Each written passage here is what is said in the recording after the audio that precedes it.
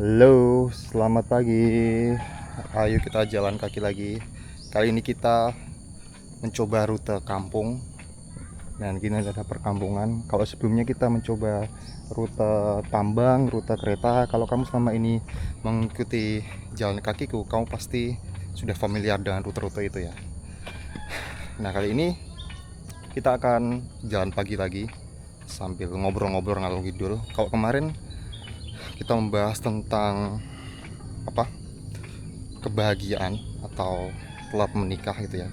Dimana waktu itu kemarin aku menyinggung tentang ada seorang kayak pemuka agama yang mengatakan bahwa ada orang yang kaya raya banget tapi dia itu jadi kayak membandingkan gitu loh. Nggak apa-apa kalau kamu itu orang miskin, orang nggak punya uang banyak, tapi kamu bahagia dibandingkan dengan orang kaya yang dia itu nggak menikah atau nggak punya anak gitu ya. Nah, itu kemarin yang aku bahas tentang problem itu, yang aku bahas tentang kenapa sih kita harus harus memakai tolak ukur dari orang lain dalam konteks kebahagiaan, ya kan? Kenapa kita selalu melihat dari sesuatu kekurangan orang lain yang sebenarnya kita juga nggak tahu apa itu kekurangan atau enggak untuk membandingkan kebahagiaan. Nah, video kali ini, di perjalanan kali ini, aku pengen membahas tentang apa sih kebahagiaan gitu ya. Apakah itu sebuah hal yang bisa diperoleh hanya dengan pernikahan, hanya dengan mendapatkan sebuah kondisi kayak sukses, udah menikah, punya anak kayak gitu. Apakah sesimpel kayak gitu gitu? Karena aku tahu lah, maksudnya orang-orang yang seperti dibilang tadi nggak menikah, kemudian nggak punya anak, mereka fine aja gitu ya, bisa bahagia juga gitu ya. Kehidupannya tidak serta-merta kemudian dibilang hidupnya kurang lengkap seperti yang dibilang pemuka agama itu. Aku tahu lah, mungkin maksud dari pemuka agama itu agar memberikan semacam kayak sebuah kalimat yang menenangkan bagi orang-orang yang merasa selama ini mungkin secara finansial, secara karir itu nggak bagus gitu ya. Dan tapi problemnya kemudian kenapa dibandingkan dengan orang-orang yang udah yang kaya raya, tapi ada missing point yang menurut mereka itu seharusnya gini deh, seharusnya menurut masyarakat gini tuh. Nah, itu kan problemnya gitu ya. Emang kita tahu kebahagiaan seseorang itu ditentukan dari itu gitu ya. Karena aku sendiri juga punya bude, lihat kebunnya.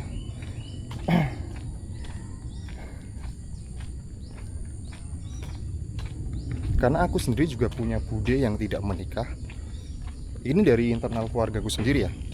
Punya bude yang tidak menikah dan hidupnya bahagia aja gitu ya. Bahkan dia udah usia mau 70-an gitu ya. Dia bahagia aja gitu, nggak yang kemudian halo berangkat, oke bahagia aja gitu. Dan kalau kita berbicara soal kebahagiaan, aduh sampai mana tadi? Ke distract. Ini kalau misalnya lewat rute kampung tuh jalannya, halo,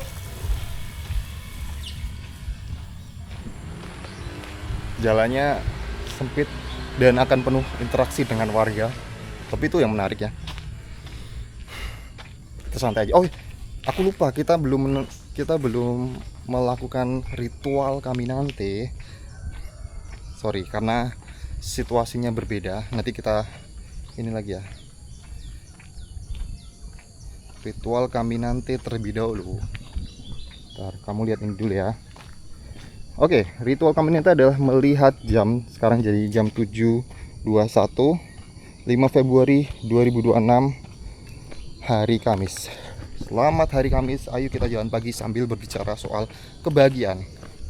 Anyway, aku akan memberikan perspektifku tentang kebahagiaan pada saat sekarang 5 Februari 2026. Kenapa aku mengatakan sekarang pada sebuah tanggal? Karena aku yakin bahwa perspektifku tentang kebahagiaan itu mungkin akan berubah. Mungkin di jalan pagi, ini kan jalan pagi sekitar ke hari 27 atau 28 ya itu ya, aku lupa. Mungkin akan berbeda ketika di jalan pagi ke 50, jalan pagi ke 100, ke 200. Jadi kayak kemungkinan ada peluang juga kalau mungkin perspektifku akan berubah, akan jadi, aku berharap akan jadi jauh lebih sempurna dan lebih baik. Jadi sekarang aku akan mengatakan dari apa yang ku tahu aja gitu ya. Menurutku kebahagiaan itu bukan sebuah state atau kondisi yang pasti gitu ya. Kita melewati kuburan terlebih dahulu.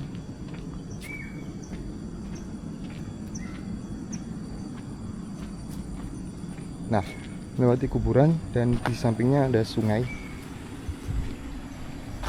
Kita melewati tengah alas. Jadi kebahagiaan itu bukan sesuatu yang fix atau tetap. Dan kebahagiaan itu bukan berarti sesuatu yang harus senang terus gitu ya. Kebahagiaan bukanlah sebuah absennya dari rasa penderitaan. Karena gini, gimana kita bisa bahagia kalau kita nggak pernah merasakan menderita? Jadi kayak kita harus menderita dulu sebelum kita tahu rasanya bahagia itu seperti apa. Jadi kayak nggak mungkin orang itu akan selalu bahagia, pasti akan merasakan menderita juga. Nah, ini mungkin kamu setuju dan ini mungkin klise. Mungkin kamu juga sering mendengar ini di mana-mana. Dan kalau soal tentang dalam konteks menikah ya, dalam konteks menikah, tidak menikah, punya anak, tidak punya anak, menurutku itu adalah soal penderitaan mana yang mau kamu pilih. Kalau tadi kan kita membahas tentang penderitaan juga kan, penderitaan itu akan selalu ada dan itu akan kita bisa tahu, woi ada burung, kita bisa tahu apa bahagia itu kalau kita tahu menderita. Nah, soal misal katakanlah pilihan mau menikah atau tidak menikah, itu menurutku bukan mana pilihan atau kebahagiaan yang kamu pilih, tapi justru malah mana penderitaan yang kamu pilih. Maksudnya apa?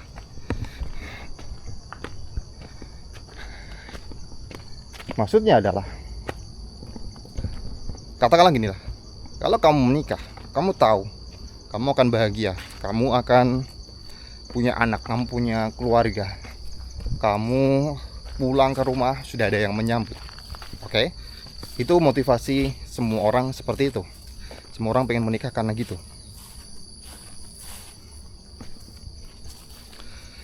Tapi sebenarnya ketika orang memutuskan menikah, mereka itu juga memutuskan mereka mau menderita.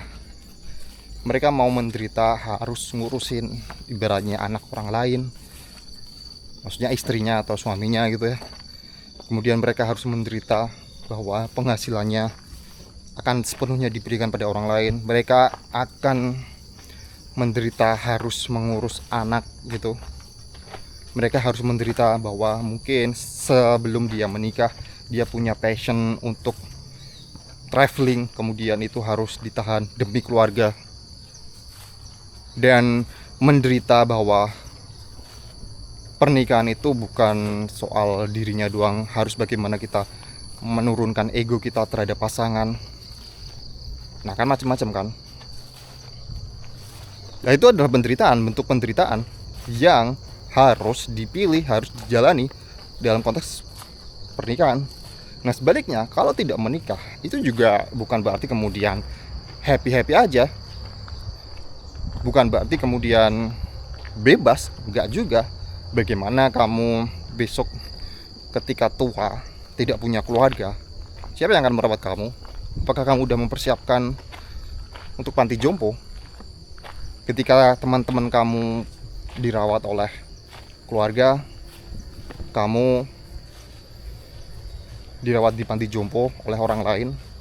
Kemudian ketika, katakanlah nggak usah jauh-jauh lah, ketika kamu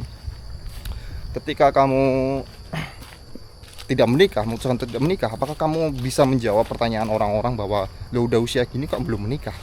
Itu kan juga termasuk pain atau rasa sakit itu kan, penderitaan itu kan. Jadi sebenarnya rasa sakit mana yang kamu pilih ketika kamu memilih kebahagiaanmu, konteks kebahagiaan kamu. Dan kebahagiaan itu bukan sebuah fixed state gitu ya. Katakanlah gini lah, ketika kamu menikah, berapa hari sih rasa bahagia kamu? Itu ada sebuah hal yang sementara gitu loh. Bukan kemudian terus-terusan kamu menikah karena kamu bukan terus-terusan kamu bahagia karena pernikahan itu.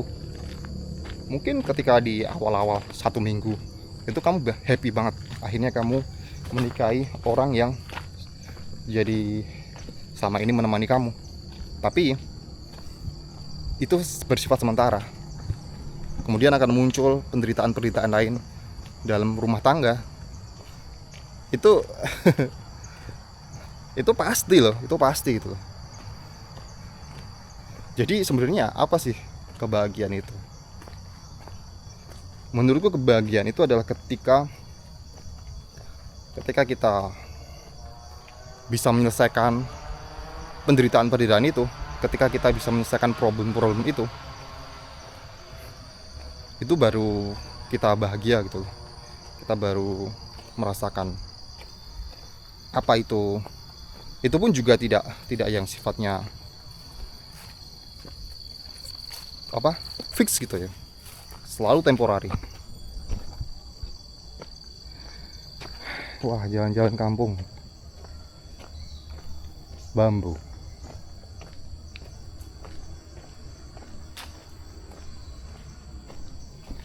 Biasanya rute kita kan naik-naik ya.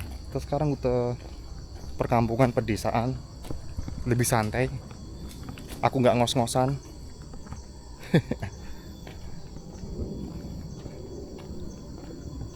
Nggak ngos-ngosan sungai. Nah, kalau aku pribadi ya, ketika tadi ada yang bilang bahwa hidupmu kurang lengkap, hidupmu kurang bahagia kalau kamu gak menikah. Sedangkan aku sendiri kan belum menikah ya. Aku sendiri tidak akan menempatkan kebahagiaanku pada sebuah event atau sebuah kejadian gitu ya. Aku pun sendiri juga pengen menikah, bukan berarti kemudian aku anti pernikahan ya. Tapi aku sendiri harus ibaratnya itu tidak menempatkan itu sebagai, ya itu bahagia ya. Menikah itu memang salah satu bentuk kebahagiaan yang sifatnya sementara tadi. Tapi itu juga ada konsekuensinya. Ada konsekuensi, tidak melulu kemudian bahagia terus hahi, terus kemudian punya anak senang, mikirin cicilan, mikirin sekolah anak. Itu kan juga sebuah pain gitu ya. Nah, ketika kamu bisa menyelesaikan masalah kemudian kamu bisa punya uang untuk membayar cicilan anakmu, nah itu bahagia kamu, karena kamu bisa menyelesaikan masalah tersebut. Tapi itu pun juga bersifatnya sementara itu loh. Kemudian kamu datang masalah lagi, kamu selesaikan, kamu happy, akhirnya kamu bisa menyelesaikan. Nah, menurutku bahagia itu seperti itu. Kebahagiaan itu datang dari hal kayak gitu tuh. Kebahagiaan itu datang dari hal seperti itu. Bukan kemudian kamu berada di sebuah kondisi, katakanlah kamu menikah, kemudian kamu katakanlah pasangan kamu itu adalah orang yang kaya raya banget itu, orang yang sangat-sangat tajir melintir, Nia Ramadhani lah mungkin, yang suaminya Ardi Bakri. Apakah dia tidak punya masalah? Tentu saja punya masalah. Apakah dia selalu bahagia? Enggak juga gitu loh. Pasti banyak problem yang justru juga semakin banyak uang, problemnya juga banyak gitu loh. Dan itu pilihan dia, pilihan kenapa dia menikah itu semua ada konsekuensinya gitu loh. Semua kayak gitu tuh ada konsekuensinya. Wow, kita udah sampai di jalan yang agak nah kita masuk ke kampung-kampung. Jujur ini pertama kali juga aku masuk ke kampung kayak gini gitu.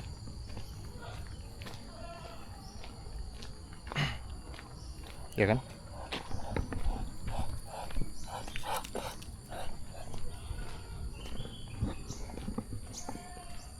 Mungkin kalau misalnya diambil standar dari kebahagiaan itu apa?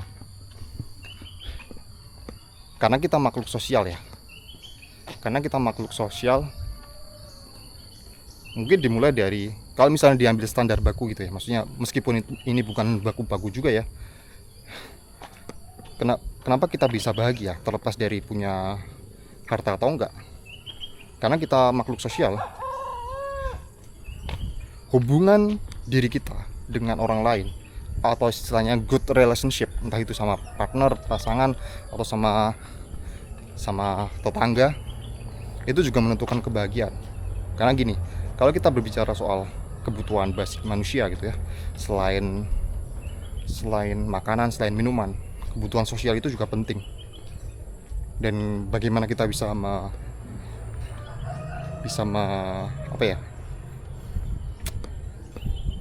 bagaimana kita bisa memiliki sebuah hubungan sosial yang baik, itu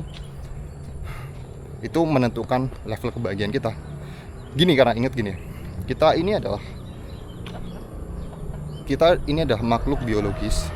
Kita adalah, sebut saja kita adalah makhluk ya, kalau misalnya dibandingkan dengan makhluk-makhluk lain seperti contoh seperti gajah, seperti macan, kita tuh kalah gitu loh. Kita kalah secara fisik, tapi secara sosial, kenapa kita bisa memenangkan rantai makanan, hingga pada akhirnya kita menjadi seorang yang menjadi makhluk dengan rantai makanan yang paling tinggi gitu ya. Kita menjadi apex predator bukan karena kita hebat, bukan karena kita tuh punya fisik yang kuat. No, kereta.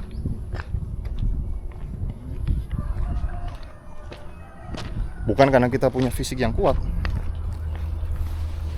tapi karena kita mampu bersosial, kita mampu bekerja sama dengan orang lain, sehingga itu bisa menjadikan manusia itu predator terkuat di planet ini. Wow, udah jalan besar. Rutenya sangat beda sekali ya. Biasanya kan kita ini kan.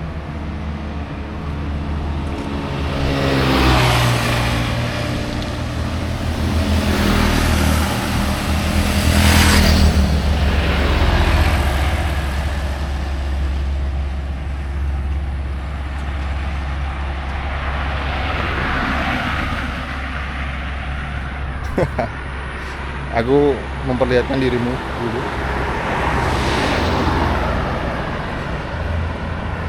Wah, banyak distraksi kalau di sini. Kalau ngomong di sini banyak distraksi. That's why.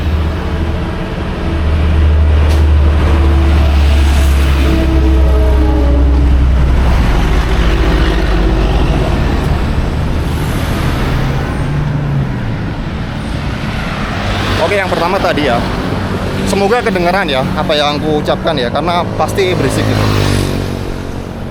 Pertama adalah tadi good relationship dengan manusia.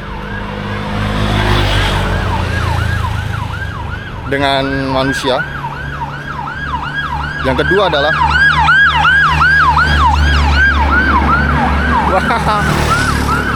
nggak apa, nggak konsen sama sekali kalau misalnya lagi kayak gini, penuh distraksi. Terus pertama, hubungan dengan manusia. Kalau kedua adalah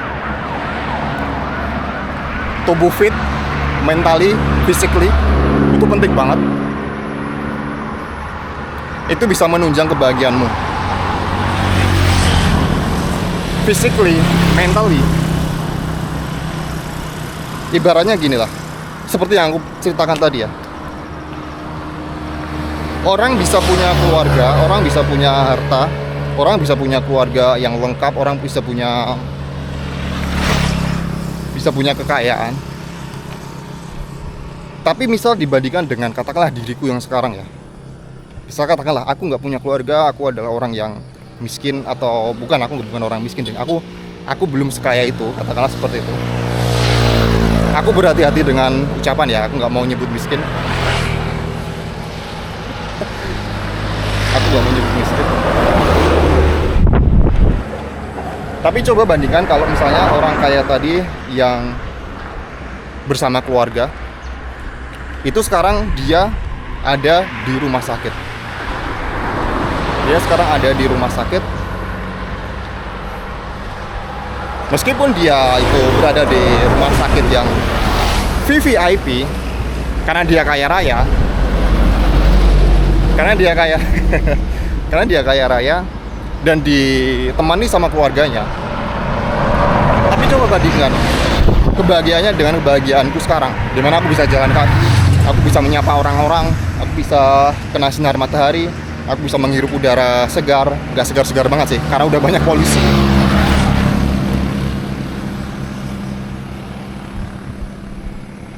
Gimana, itu kan maksudnya physically, mentally, itu juga menentukan kebahagiaan kita. Hubungan sosial yang bagus, terus kemudian kondisi fisik kita, kondisi mental kita.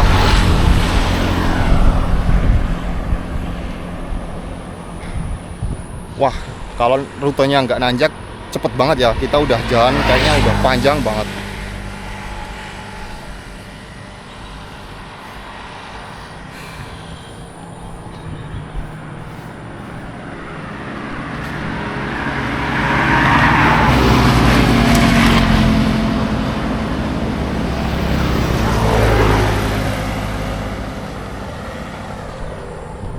Dan mungkin aku punya sebuah metode ekstrim dalam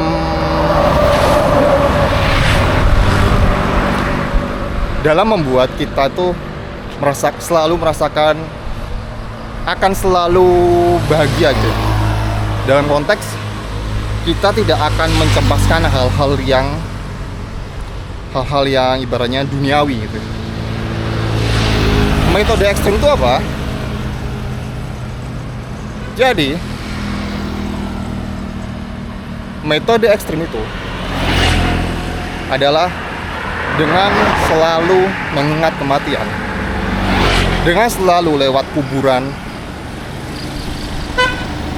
dengan selalu mengingat bahwa kita hidup di dunia ini sementara gitu loh. Kita hidup di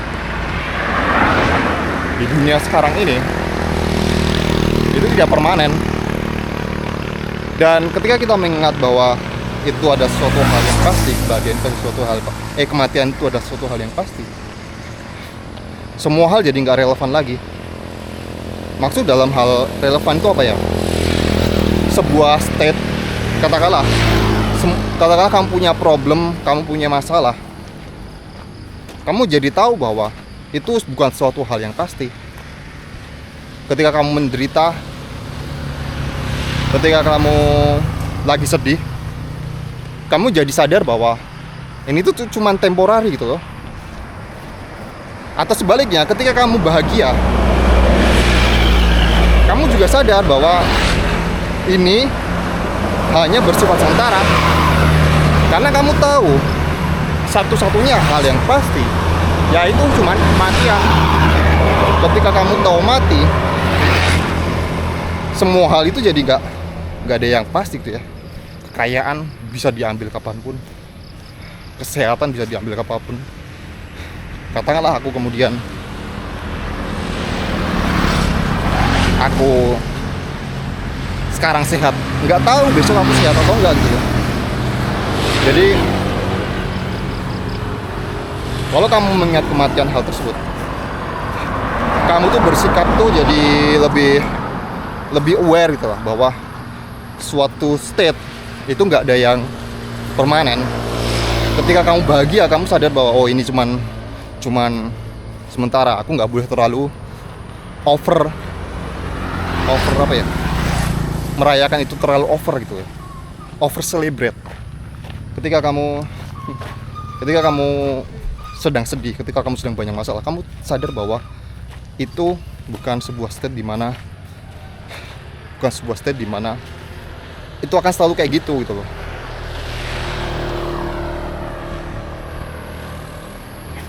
Oke, mungkin gitu aja ya jalan pagi kita kali ini. Kita bertemu lagi besok.